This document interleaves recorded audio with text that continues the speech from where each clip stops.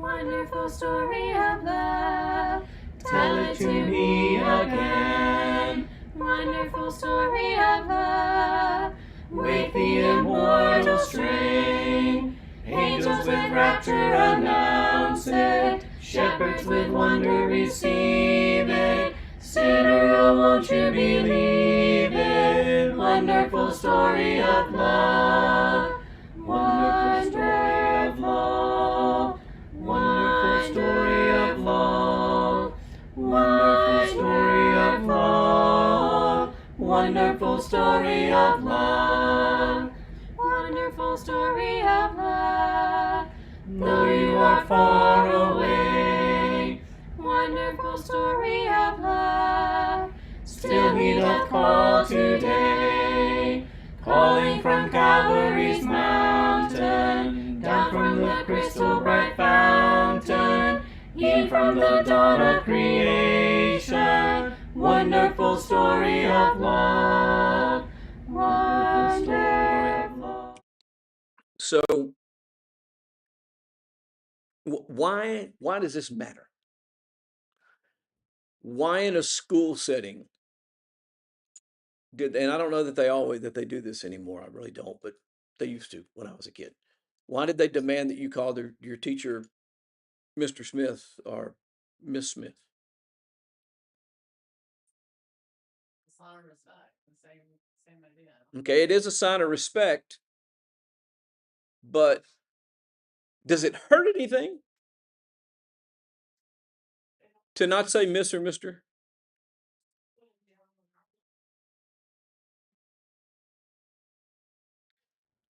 Well, okay, that's a good place to start the discussion. When I say ma'am or sir, when I say Mr. or Mrs., when I say doctor, am I saying that person is better than me?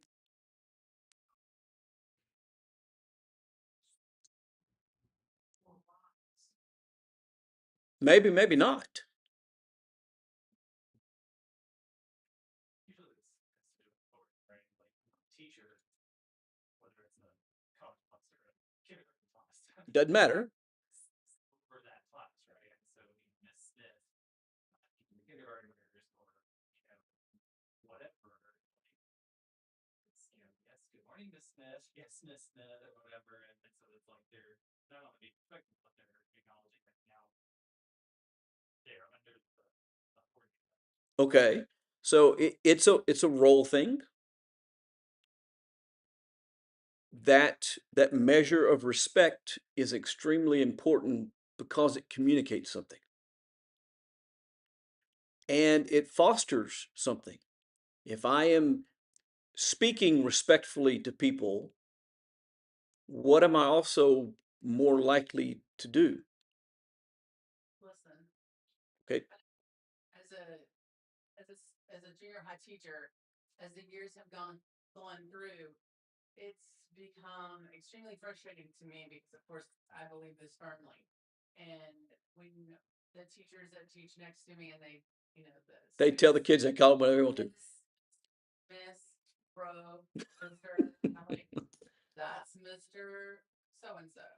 And I correct, all of my students know. Right. I'm Miss Ansel, end of discussion, period. And they know that. And even the students next door that I've said, well, that's Mr. Tom or whatever. They do, but you see the difference in the classroom because they haven't set a tone for the classroom management with the students. So the students are thinking, okay, this person has something that I need to hear, I need to pay attention, whatever. Right. And ultimately, and let's make sure I'm not getting too far ahead. Yeah, I'm not. Ultimately, using that language of respect increases the likelihood that you will actually have respect. And it increases the likelihood that the people around you will have respect. Mike, would you say I'm thinking two things? the humility and the submission. Dad, we don't like that submission word. Dr. Bradford's class, and I would call him Dr. Bradford. I'm submitting to him, not him as an individual, but his position. And by saying that, that form of respect is saying between him and I submit to your teaching because I'm a pupil of yours. I'm not the teacher, so I'm submitting out of humility and showing you the respect that you deserve. An analogy of the blasphemous thing and the submission, what we're looking at is it's almost the same thing. It's a submission to God through humility by giving him that respect. And all, like you said, the others would see that and possibly understand that that's what it's all about. Okay. Because you can't go in Dr. Bradford, sorry, Dr. Bradford's class, being all saying, and I never have any degree in music and say, well, you're wrong. That's not how you do that. Oh, you can. People do it all the time. But then I would be blaspheming his position because I didn't submit and I didn't humble myself. And all those around me are going to look at me and won't respect me, like you're saying. But if I went in there and submitted, there is an aspect of that I think that you hit on that's correct. All the other people won't necessarily respect you, but more importantly, by me showing him respect, the likelihood of other people around is that they will show him respect. It creates an atmosphere of respect. By the way, it usually returns back to you. When you show respect, something else happens. You generally get respect shown back to you. But that also just makes the point that actually using the language helps generate the reality of respect. And what this is really about is lacking respect for God. Not just not saying things respectfully. Now, I'll give you a illustration that some people give certain classes in certain circumstances an exemption from this idea, and comedy is one of those places. And so there are a lot of comedy troupes, very well known comedy troupes out there who are famously known for being irreverent. Obviously, their comedic use of this irreverency is not intended to convey their actual personal feelings about God. However, the proliferation of the irreverent comedy does foster an atmosphere in society where the level of reverence for God drops, or the level of reverence for the government drops, or the level. And so comedians often argue that comedy gives you a pass on these things. And I would argue that it probably doesn't. And that if the only way that I can find to be funny and make people laugh is to be disrespectful to others, then I'm probably not really that funny. I should be able to find a way to be funny without being irreverent and disrespectful to God, to those in authority, to other people. Reverence is, or this whole discussion has led certain groups, historically, stereotypically at least, our understanding of Jews and Muslims both, of taking the position of what? In order to not be irreverent in the use of God's name, we're just going to do what? We're not going to say it at all. We're not going to utter the name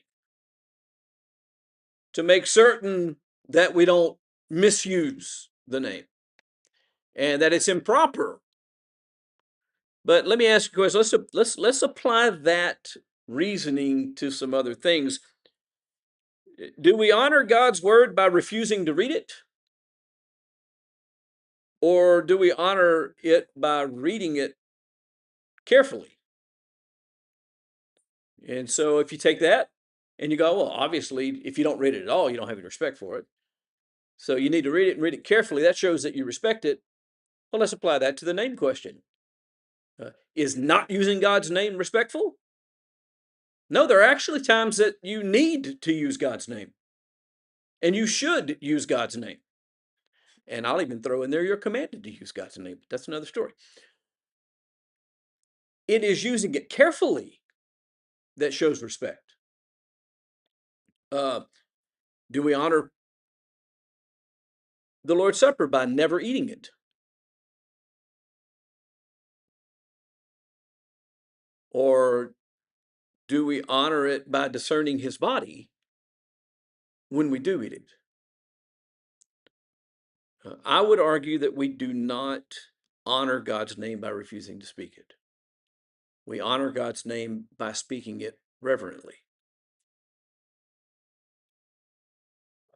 Truthfully, worshipfully, thankfully, faithfully, properly. Yes, sir. Say, and perhaps even myself, now that I'm thinking about it, God is not his name. It is not. It's his nature.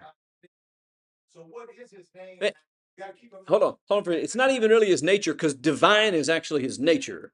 But Israelites knew his name in the Hebrew, and they used his name in the sense of Mike or Leo and Elohim or Jehovah. You see what I'm saying? And so the technicality I'm thinking of is, okay, can you just say, oh well, like Karen was saying earlier, oh my God, OMG. Is that using his name? Or is that just, you see what I'm saying? yeah. So And my answer to that question is yes, because that is what we use that word for. And that's the common understood meaning of that word. And here's something I want you to consider, though. When I blaspheme him,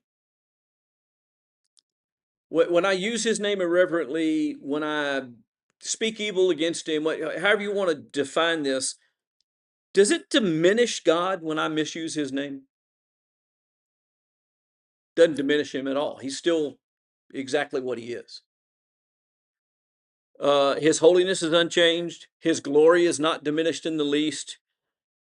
What changes? Our perception of his glory, our perception of his holiness, our perception of his nature. So when God gives this commandment, don't use my name in vain, and he gives this commandment, don't blaspheme my name, that the consequences of doing that is going to be severe. I'm going to demand that your life be taken if you do that. He is doing that for our own good, so that we do not diminish our view of him, so that we don't fail to appreciate who he is. He is our creator. Well, also in turn, it's not only our connection, it's the people around us. Absolutely. In fact, that's the next place I'm going.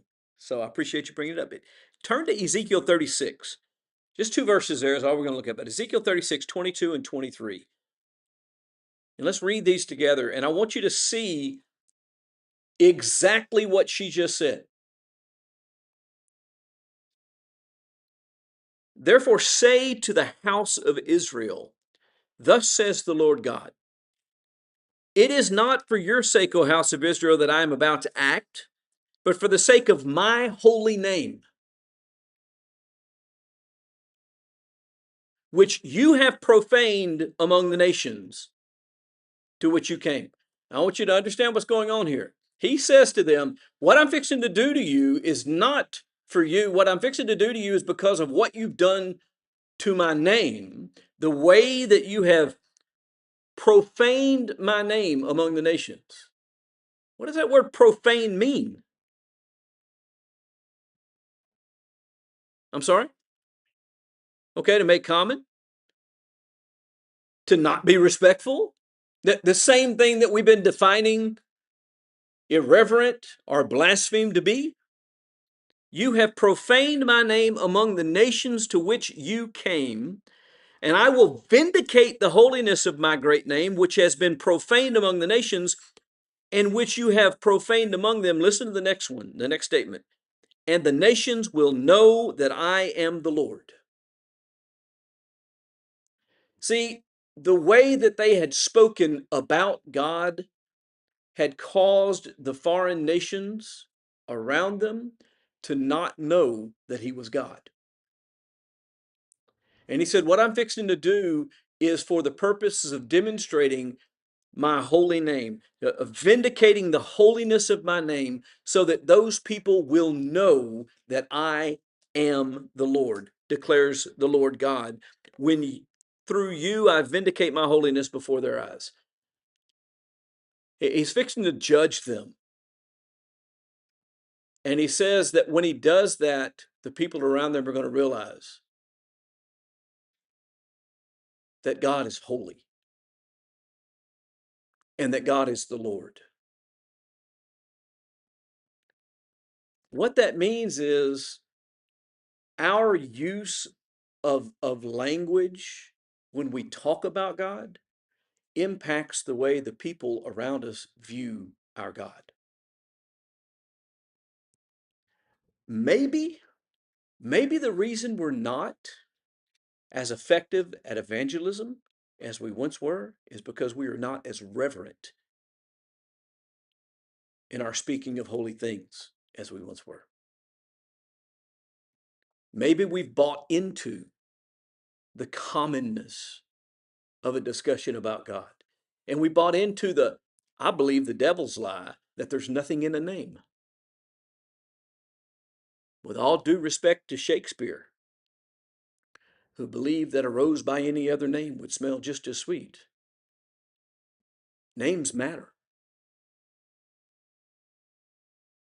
Did you have a comment? It has become much too casual. And because of that, people don't respect God. We don't. You know why we don't call it out? Because a lot of times we're guilty of it ourselves. It's awful hard to call somebody out on something when we ourselves do it. The way we speak about God impacts the way we and others around us view God, and that is why this is so important. That's why it matters. As we move on in this chapter, unless somebody has any more comments or questions about those things. TV personality or somebody on TV saying the man upstairs. Which is a terribly irreverent way to address God. It's just disrespectful.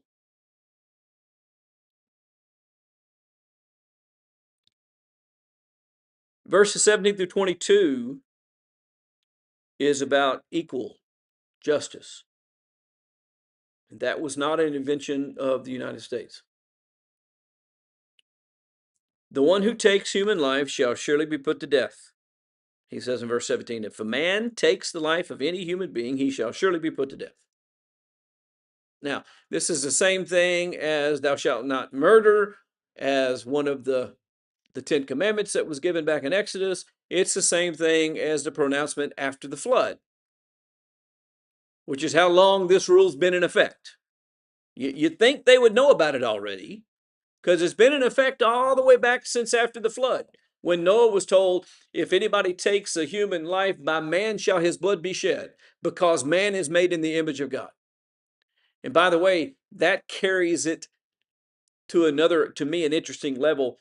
The suggestion is that by my taking the life of something that's made in God's image, that's being disrespectful to God. And that's why there's a connection here. There's not a break in subject matter. This subject flows naturally from the discussion about the use of his name because it's all about respecting God. The one who kills an animal, the one who takes the life of an animal shall make it good, life for life. Who do the animals belong to? God. If a man injures his neighbor, just as he has done, so shall it be done to him. Now this starts getting interesting. Fracture for fracture, eye for eye, tooth for tooth, just as he has injured a man, so it shall be inflicted on him.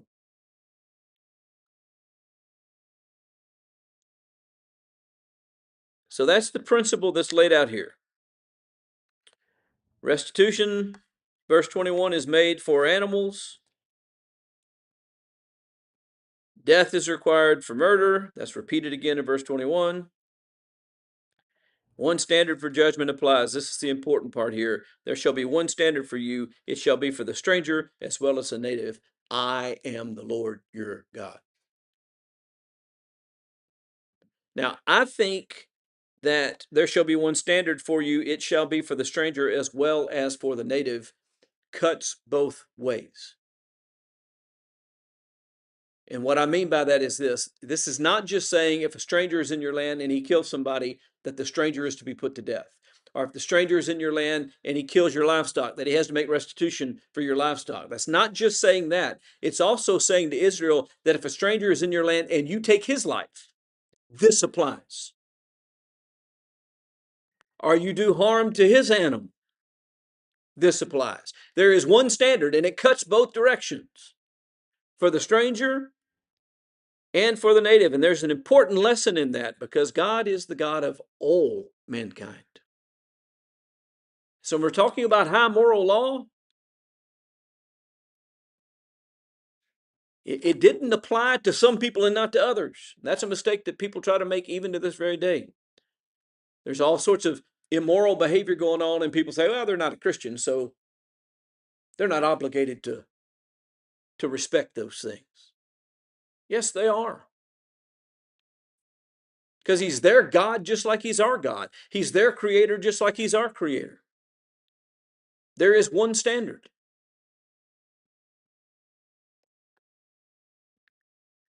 Moses spoke to the sons of Israel.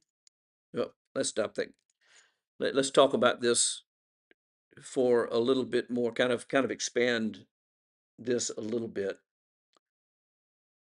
Why did he do this, that injury is answered proportionately thing?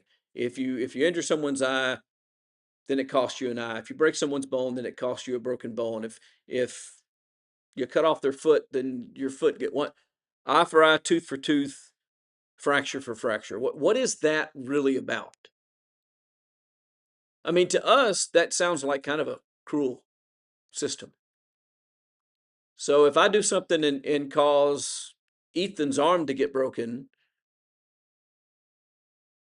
this says the judgment for me is what? They break my arm. Would we consider that humane? Look, we don't even whip people anymore. We don't even spank our children anymore.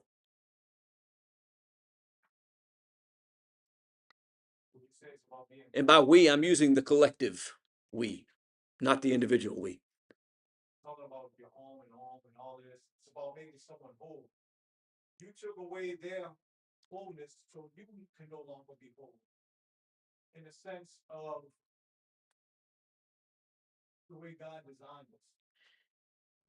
Interestingly enough, it is actually not cruel. It's actually limiting and controlling human punishment. If you go back to Genesis 4, what is often called the Song of Lamech, in verse 23 and 24. And Lamech said to his wives, Adah and Zillah, listen to my voice, you wives of Lamech, give heed to my speech, for I have killed a man for wounding me. God says, no. You don't kill somebody for wounding you. the punishment's got to be proportional. I've killed a man for wounding me and a boy for striking me. If you hit me in the nose, I don't get to kill you for it.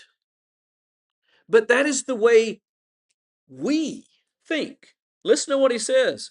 If Cain is avenged sevenfold, this goes back to earlier in the chapter, in his ancestor Cain, who was turned loose into the world and who was afraid that he would be killed by people because he was excluded by God. God says, no, I'm going to protect you. If anybody does anything to you, I'm going to revisit upon him sevenfold. And that was clearly had to be distributed and made known among people so people knew, leave him alone. That was God's, I'm going to protect you and this is how I'm going to protect you. And what I really think God was saying is I will protect you. I will mete out perfect justice for anything that's done to you, sevenfold. But he says if Cain is avenged sevenfold, then I'm avenged 77-fold. What about Lamech's son? Well, if dad's avenged 77-fold, then I'm avenged 77 times 2, 114, 100, whatever that number comes up to.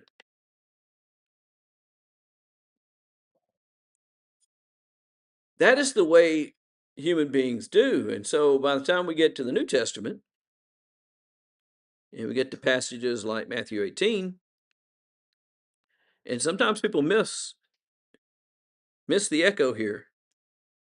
Matthew 18, 21 and 22, Peter came to him and said, Lord, how often shall my brother sin against me and I forgive him? Up to 7 times? Cain. And Jesus said, I did not say to you up to 7 times, but up to 77 times. Lamech. So there's echo here. And what's going on here is Lamech is saying, I'm going to be vengeful and demand 77 times more from you than what you do to me. And Jesus says, no, you need to extend 77 times more forgiveness than what someone does to you.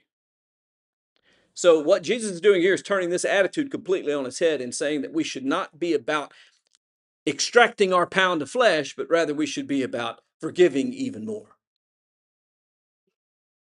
If you go back to the Sermon on the Mount in chapter 5 and verse 38 and following, and I'm just about out of time, but I'll wait for the kids to come walking in. You have heard that it was said, eye for an eye and tooth for a tooth. Now he's making a direct reference to the passage we just read. You've heard that it was said, an eye for an eye, tooth for a tooth. But I say to you, do not resist him who is evil, but whoever slaps you on your right cheek, turn to him the other also. And if anyone wants to sue you and take your shirt, let him have your coat also. And whoever shall force you to go 1 mile, go with him 2. Give to him who asks of you, and do not turn away from him who wants to borrow from you. What is Jesus saying? He's saying you missed the whole point of the law. The whole point of the law was to keep people from doing unjust responses and to limit those responses. And they missed the point of the law. They were using it as an excuse and a justification for harming others. And he says, no, you got it all backwards. All right, I have to stop. But I'll say it by saying this, or I'll conclude this by saying this. This ends with the Lord's declaration, I am the Lord your God. I think that's Charlie.